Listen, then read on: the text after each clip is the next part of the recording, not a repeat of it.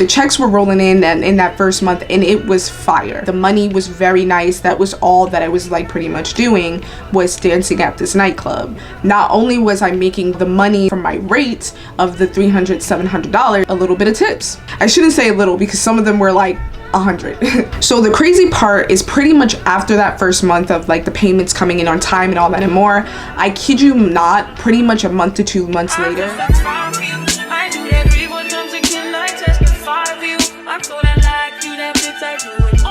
hello goddesses, welcome to this video. So as you can see in the title of this video, I am spilling the tea. So in my latest video, I had asked you goddesses if you wanted me to spill the tea about my nightclub go-go dancing video, and honestly one person so far has said they wanted to see, so I'm sharing the tea about this nightclub. So first and foremost, I just want to say thank you goddesses for tuning into my videos and overall liking, commenting, and just sharing that you like my videos and so on and so forth. So like I stated in my latest video of my go-go dancing nightclub journey, in that video made $300 working at that nightclub. That was my set rate. Before that, there were times that I would make $700. There was a point where I was making $700. That was my rate, but that had changed. Also, I had shared in that video that I did not ever get paid on time, and I'm just gonna, like I said, explain everything.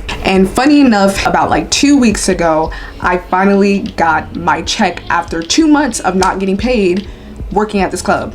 2 months ago. We're in June. That was in April, you guys, when I made that video. So we're gonna get right into it. So first, I'm gonna give y'all a quick background on how I got into this club and everything, because I'm pretty sure you guys are curious of how I got into this nightclub. So first and foremost, I took it to social media and I was like, I want to go dance. And funny enough, one of my good friends actually reached out to me and she was like, hey, I got this message from these people and I wanted to send it to you. I don't know if you're interested in doing it. That's how I auditioned at the nightclub, is because my friend reached out to me and she's like, I saw this. So I go to the audition, and funny enough, one of my really good friends, not the friend that sent me this DM, it was another girl, she was there auditioning and we both got pretty much called back and we got into the club. So for this club, once you had got accepted into the club, we needed to come in and like them talking to us to like prep for the night of the show. And mind you, just to give you guys kind of a time frame, this was during a time where like COVID was kind of ending, so nightclubs were starting to open back up and they wanted to bring in pole dancers for this night of prepping and whatnot. They needed to talk to us, and in the conversation they sat us down and they were telling us like how things work. And one of the things that actually very much gave me like red flags was when they were talking about how payment works. So point blank period, they were making it clear that they have no control over when we'll get paid. What? That wasn't the weirdest part. The weirdest part about it was the fact that they were saying, yeah, there are some times that you may not get paid on time, but don't worry, you will get paid. But also you will not be getting paid that night. There will be a check that is sent to you. Also, it's not our company, it's an outside company. Okay. So overall, they just made it clear that we have no control over the payment, so don't come to us. It's someone else's job, it's not on us. Honestly, the first night was insane of how they were like rolling out girls. It was just like all over the place and whatnot. And to be honest, this club, because it was probably their first time doing this, it was very chaotic. So pretty much by the second night, they had cut a lot more girls, and by the third night, they caught a lot of girls. I think by the third night, they just left it to probably like between 8 to 6 girls that were like on the list, and obviously me and my friend were one of the people. So now let's get into the juiciness of the story. So to break this down for you guys to understand, so the 300 part was for just pole dancers. So for the pole dancers, it would be like kind of in the middle of the area where the crowd is. Those poles were like 300, and for aerial would be on the stage, and these poles were 18 feet. Also, to make clear where the poles were too, since they were 18 feet, there was like screens at the top, and they wanted us to like do tricks and stuff, and we were like kicking the screen, or we were trying not to kick the screen.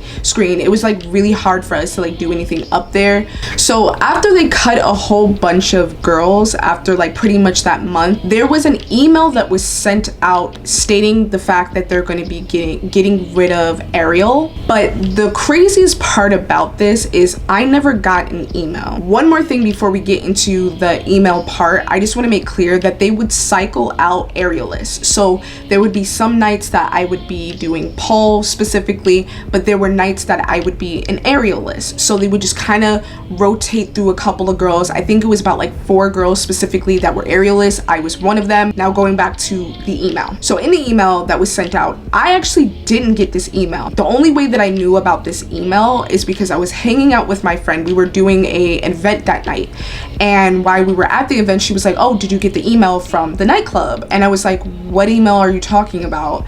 And mind you, I was actually working that night after this event, and she was like, yeah, they sent an email saying that they're done doing aerial lists. I never got an email. So in the email, she states that the reason that they're getting rid of aerial lists is because they feel like it's dangerous because of the, you know, stage and all that. I mean, not the stage, it's a hazardous thing because of the screens, That's what it stated in the email. And again, I never got an email, you guys. Never got an email. So with that being said, they just made it clear that they're only going to be doing poll only, and it's going to be $300. And I was kind of suspicious about it because again, I just never got an email. And I'm just going to sit here and kind of let you guys know what was going on in my mind. So when I got there, what I was thinking that there would be no like poles at the front of the stage. I'm going to show you guys what the stage looks like and everything. So I was expecting these poles to be gone, okay?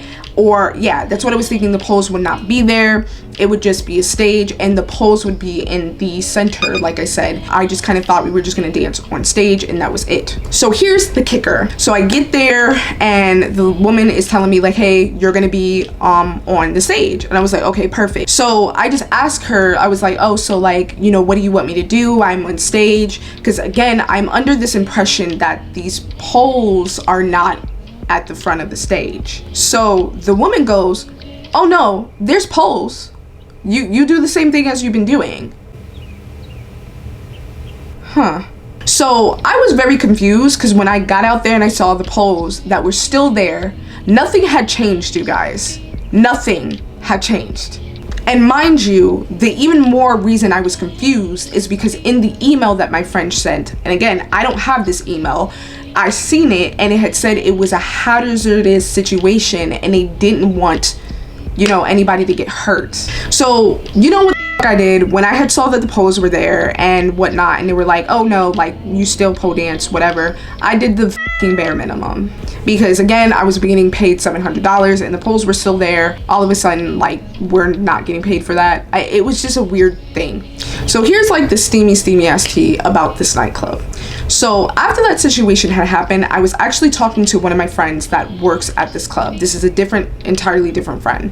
And when I was talking to them, they had made clear to me that before the pandemic, this was before the pandemic, she had made clear to me that they were trying to implement in pole dancers back then. The price that they were using at the time was probably like, I think she said it was like 120. It was in the hundreds and nobody was abiding that. And I mean, to be honest, who the would? And I could say that because as a dancer that does like all these tricks and does aerial and all that stuff and more, $100 and something, even if it was 150, that's not enough for what we do. So then COVID happened, and like I said, when I went to go audition, this had to be in 2021 of auditioning. What I personally believe that was happening, they had made this flyer where it was like 300 for pole dancers, 700 for aerialists, because it got people to like want to audition, want to work there, want to be there, to kind of just draw people in. And personally, I believe their whole purpose was always to pay pole dancers $300. All of these girls were there, a lot of girls auditioned. Again, it was kind of like a moment of the talk of the town,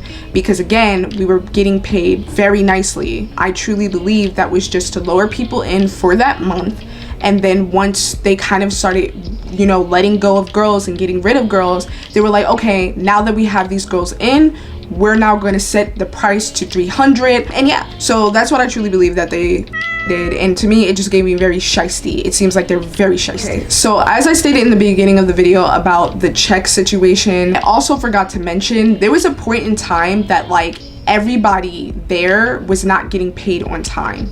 The people that were working for this company, this nightclub and whatever, they weren't even getting paid on time. They had made it clear within 30 days you should have your check. You should get your check within 30 days. So at first, I'm gonna be honest with y'all, like the checks were rolling in and in that first month and it was fire. I was getting my bills paid on time. The money was very nice. That was all that I was like pretty much doing, was dancing at this nightclub. And again, not only was I making the money from my rate of the $300, $700, I would also be getting a little bit of tips. I shouldn't say a little because some of them were like 100. So the crazy part is pretty much after that first month of like the payments coming in on time and all that and more, I kid you not, pretty much a month to 2 months later, there was like a month that nobody got paid. Like I was getting like text messages from my friend. There was a point where I would get a check that I just worked like 2 weeks ago or whatever, but the checks that I had worked like months ago, I still haven't gotten. It was just so messy. So after that month of like nobody getting paid, a month and a half later, we all get an email of like, hey, send us like all of your statements of the times that you worked and you'll eventually get your checks. Like I said, that video that I had posted about the go-go dancing in the nightclub, I want to make clear that that video was back in April. I had worked twice, the end of March and the beginning of April. We're in June 23rd, okay? I just got my check June 12th, literally last week. And something I really want to make clear too, I have left LA. I'm no longer in LA, and that month before I left, which was back in May, I should have gotten my check before I had moved out of my place. All April, that check should have been sent. While I was in LA, I should have got my check. And I never did. And I want to make clear that I reached out to the girl, the one that takes care of the checks. Technically, well, she's not taking care of them. She has to reach out to the people, the other company and whatnot. I had talked to her multiple fucking times before I had left to make sure I would have gotten this check before I left LA. And literally just getting it about a week ago. So with that all being said, that is pretty much the whole entire story about this nightclub and all that and more. And to be honest, like I think the people are really nice, but I obviously do not work there anymore. I do plan on moving back to Los Angeles and going back.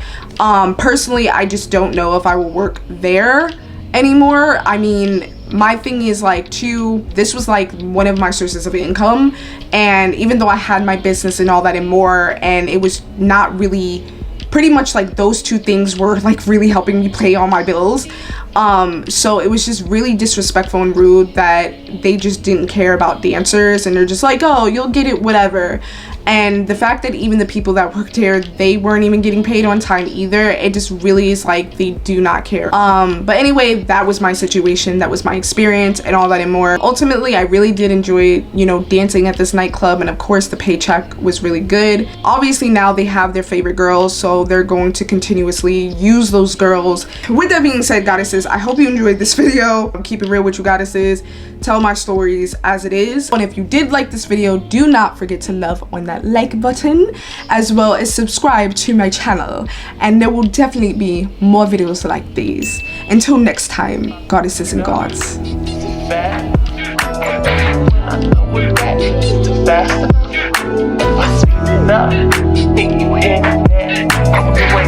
For this work now, watch me, don't get, don't get, don't get,